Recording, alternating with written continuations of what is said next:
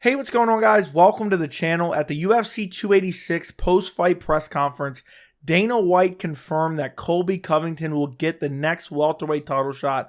We will see Leon Edwards versus Colby Covington next. And a lot of people are confused by this, wondering why is Colby Covington getting a title shot?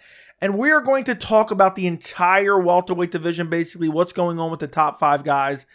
But I believe there is more to the story between the UFC and Colby Covington that is not being spoken about. And I mentioned this a bit on my UFC 286 post-fight, which I'll link down in the description. But I have more details to it, and I have another theory that kind of goes along with it.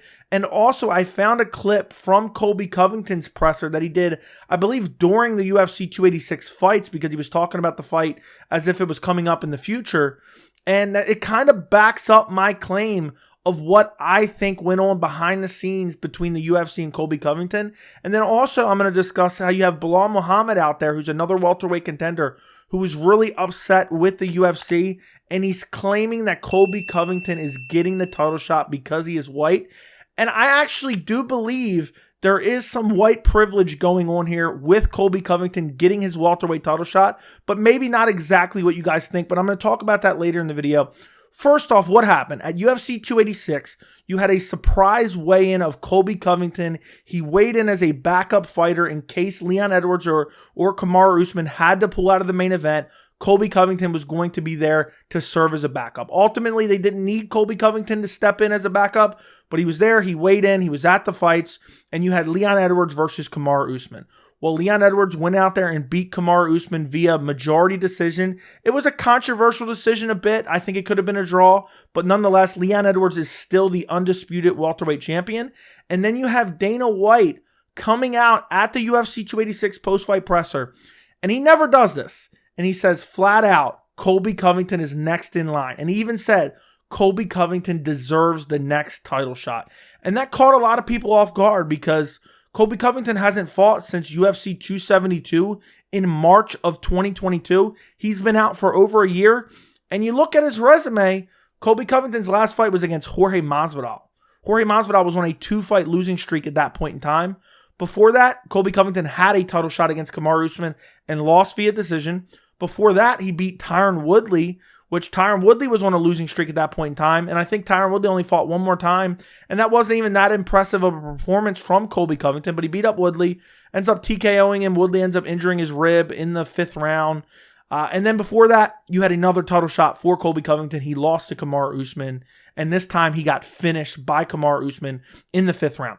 Before that, because I want to go over Colby Covington's resume extensively, you have a win over Robbie Lawler, on the decline at that point in time. Before that, he had a win over Rafael Dos Anjos for the interim welterweight title. Not a bad win to have. That's 5 years ago. That's all the way back in June of 2018. Before that, a win over Damian Maia, who was on the decline. But again, that's all the way back in 2017. That is 6 years ago. So in the last 3 years, he has a win over Tyron Woodley and he has a win over Jorge Masvidal, both on the decline, both on losing streaks.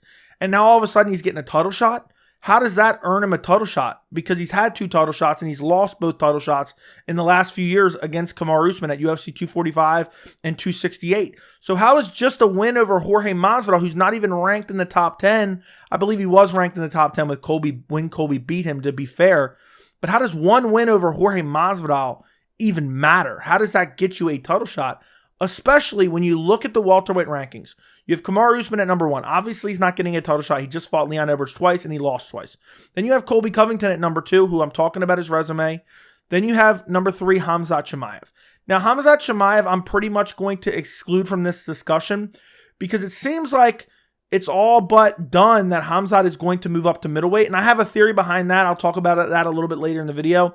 But then number 4, you have Belal Muhammad. Belal Muhammad is on an 8-fight win streak. Technically, you have the no contest in there against Leon Edwards, so it kind of breaks up the streak. But nonetheless, he's on an 8-fight win streak. And his last few fights, one was against Sean Brady, who I believe was ranked in the top 10 when he beat him. He TKO'd him in the 2nd round. Before that, he beat Vicente Luque, who I believe at the time was ranked in like the top 6. Before that, he beat Stephen Wonderboy Thompson, who was ranked in the top 10. And before that, he beat Damian Maia. I don't know where Damian Maia was on the decline at that point in time. Not that great of a win. Not that impressive of a performance. But nonetheless, you count the last 3 fights. He has 3 wins over 3 top 10 guys in the welterweight division. and he's on an 8-fight win streak.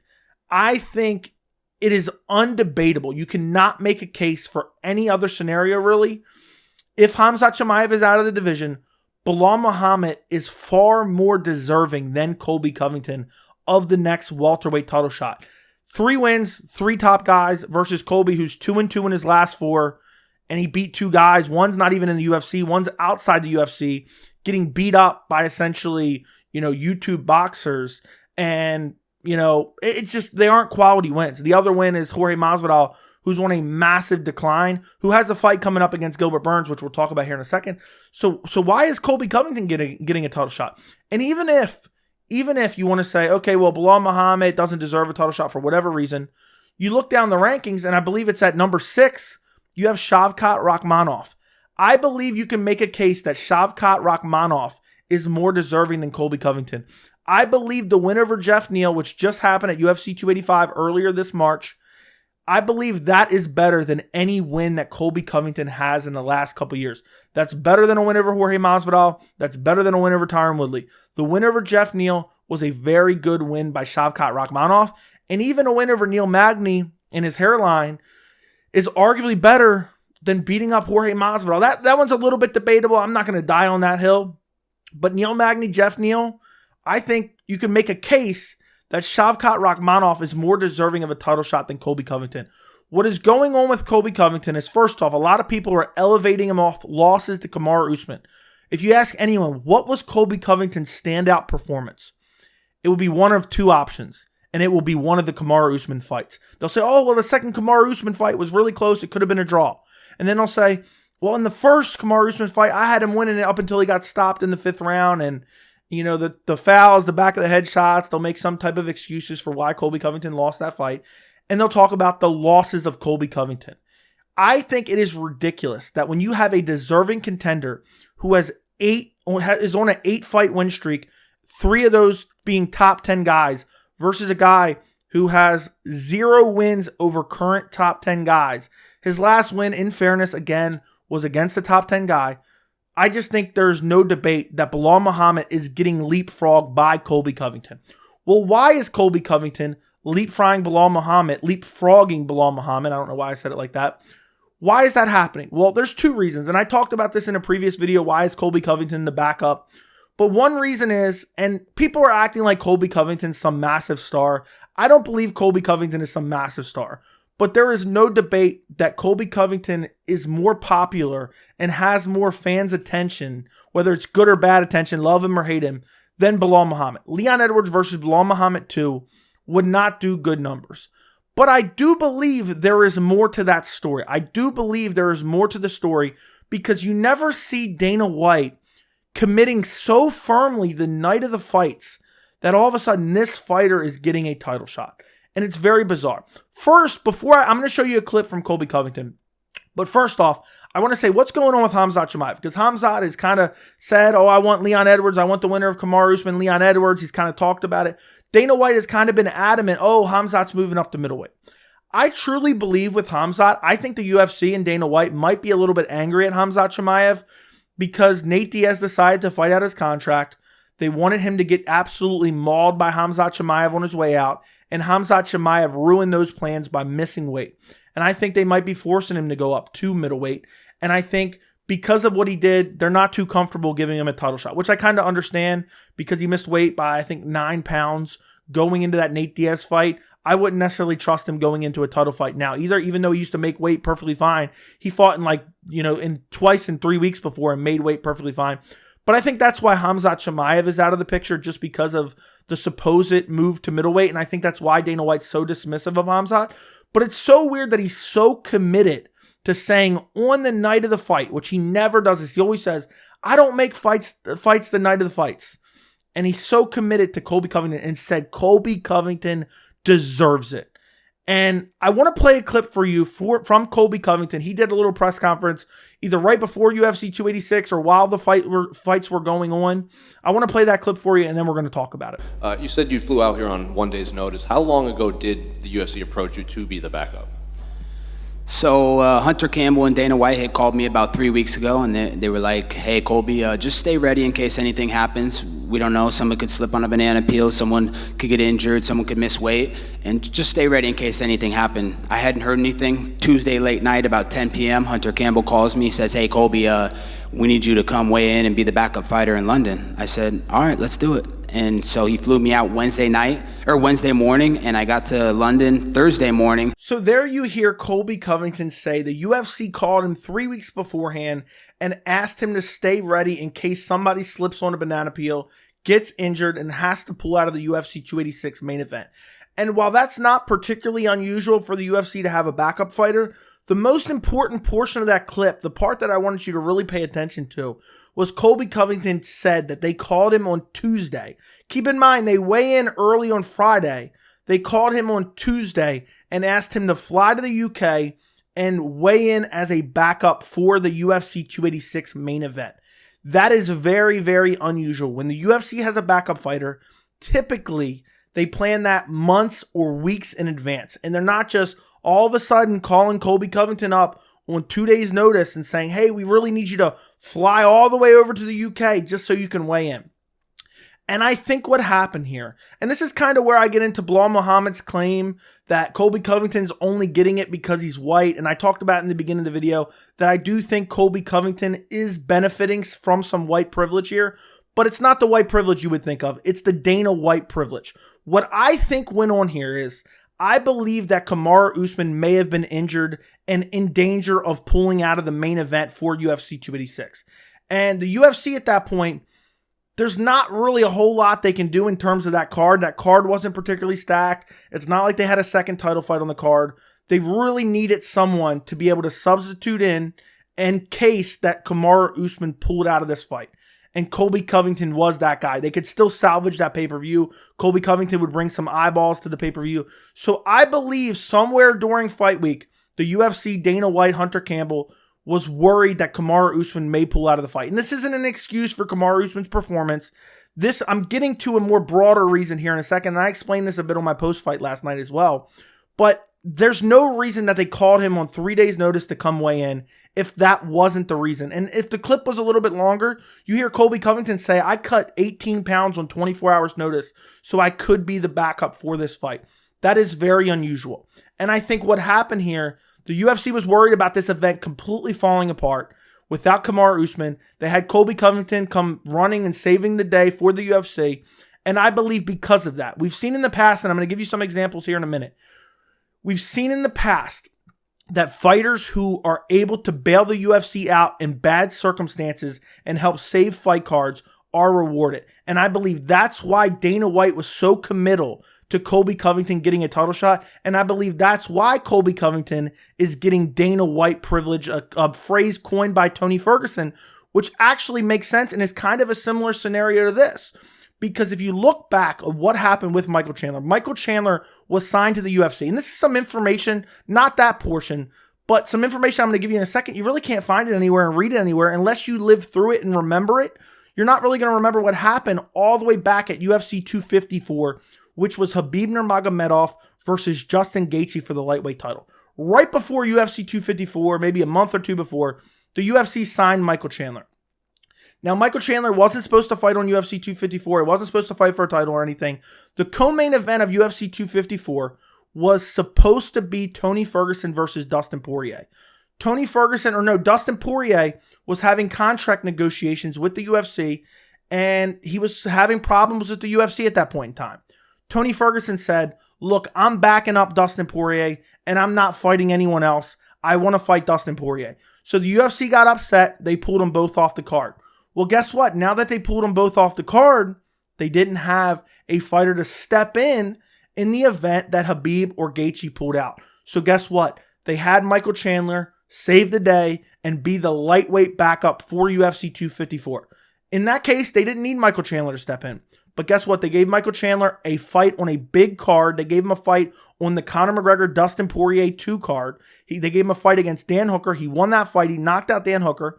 Nobody thought after that Michael Chandler was going to get a title shot. But guess what? The UFC knew, because he did them a favor in the past for UFC 254, because he was the backup fighter, they decided to give him a title shot against Charles Oliveira for the vacant belt once Khabib Nurmagomedov retired. Another example of this is back when you had Frankie Edgar was supposed to fight Max Holloway for the featherweight title. Max Holloway pulled out of the fight. This was a terrible card. This was a horrendous card, okay? And they really needed, at this point in time, they needed Frankie Edgar on the card because the card was horrible. It was a pay-per-view card. So guess what? They asked Frankie Edgar to fight this up-and-coming contender in Brian Ortega.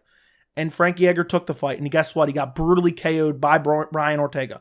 Well, guess what? Frankie Edgar had one more fight against Cub Swanson, who was on the decline at that point in time. I know he's still hanging around, but he was on the decline. And guess what? He won one fight, and they gave him a title shot against Max Holloway again.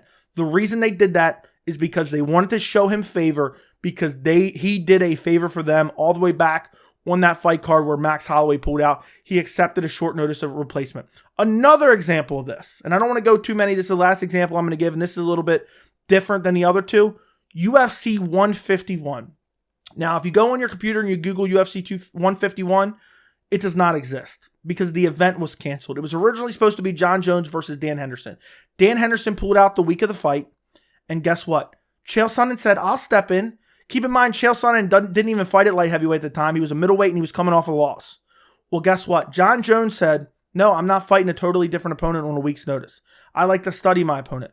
Dana White ripped into John Jones, destroyed John Jones. The card got canceled. He said every fighter that lost money on this card blamed John Jones, and he just went off about John Jones not accepting the fight rather than taking responsibility for him not building a quality card. Well, guess what? Guess who got the next title shot? They did a fight with Vitor Belfort, but guess who got a title shot without having another fight? You had John Jones versus Chael Sonnen the following year. Chael Sonnen was coming off a loss in a different weight class, and they gave him a title shot at light heavyweight because he was willing to step in and save the day when the UFC needed it. And I believe that's exactly what the UFC is doing here. They know that Belal Muhammad is more deserving, but they're looking at Colby Covington. They realize that he did them a massive favor. They realize that also Colby Covington is going to sell more pay-per-views for them, even though I don't believe the narrative that Colby Covington is some massive star, but he will draw more eyeballs to the pay-per-view than a Leon Edwards versus Belal Muhammad, which isn't going to draw anything. And also, I'm wondering, and this is just kind of a second part to it, I'm wondering what's going on with that whole Colby Covington-Jorge Masvidal thing. For those of you who don't know, Jorge Masvidal sucker punched Colby Covington, knocked his tooth out as he was coming out of a restaurant. And supposedly there's some, legal action going on behind the scenes. We don't know exactly what's going on. There hasn't really been a court case yet. But from what we know, it looks like Colby Covington is suing Jorge Masvidal. I'm wondering if the UFC, because Jorge Masvidal is a massive star for them, if they're trying to work out some deal with Colby Covington. Look, Jorge's going to pay you a settlement, but we're also going to give you a title shot, and we want you just to drop the whole situation because we don't want our star in Jorge Masvidal. Even though his star power is declining, we don't want him tied up in all these legal issues. The other thing I wanted to mention, Leon Edwards. He looked so incredibly stupid at the UFC 286 post-fight presser because he went on this rant and he said Colby Covington's been inactive. He's not fighting contenders. He's been hiding in witness protection essentially. Why does he deserve a title shot? I think I should have a choice in who I fight. And while at first Leon Edwards was saying this and I'm like, yeah, he's right. Then he goes on to say, I want to fight Masvidal if he beats Burns. Wait a second real quick. Masvidal's on a 3-fight losing streak currently. He got 2 title shots off a win over Nate Diaz. Now you're saying a win over Gilbert Burns is all of a sudden going to make him in the title discussion as a number 1 contender? Makes absolutely no sense. Leon Edwards is crazy for even suggesting that. I agree with him. Colby Covington doesn't deserve a shot. And if Leon Edwards was saying, look, I want to defend my belt against Khamzat Chimaev. I want to defend my belt against Belal Muhammad. I want to defend my belt against Shavkat Rakhmonov. He looked incredible against Jeff Neal. I'd be backing up Leon Edwards 100%.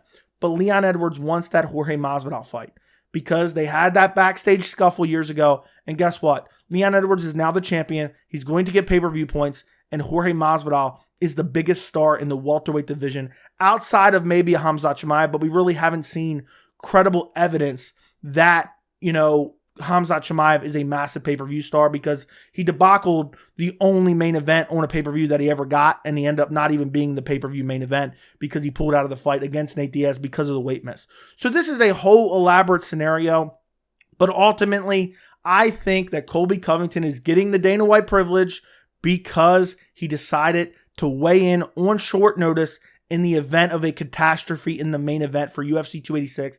And that's why the UFC is showing him favor here. And that's why Belal Muhammad's not going to get the fight. I think it's disappointing. I am excited for a Belal Muhammad-Shavkat Rakhmonov fight. I think that should be the #1 contender fight. Dana White said that's the fight they're looking into now.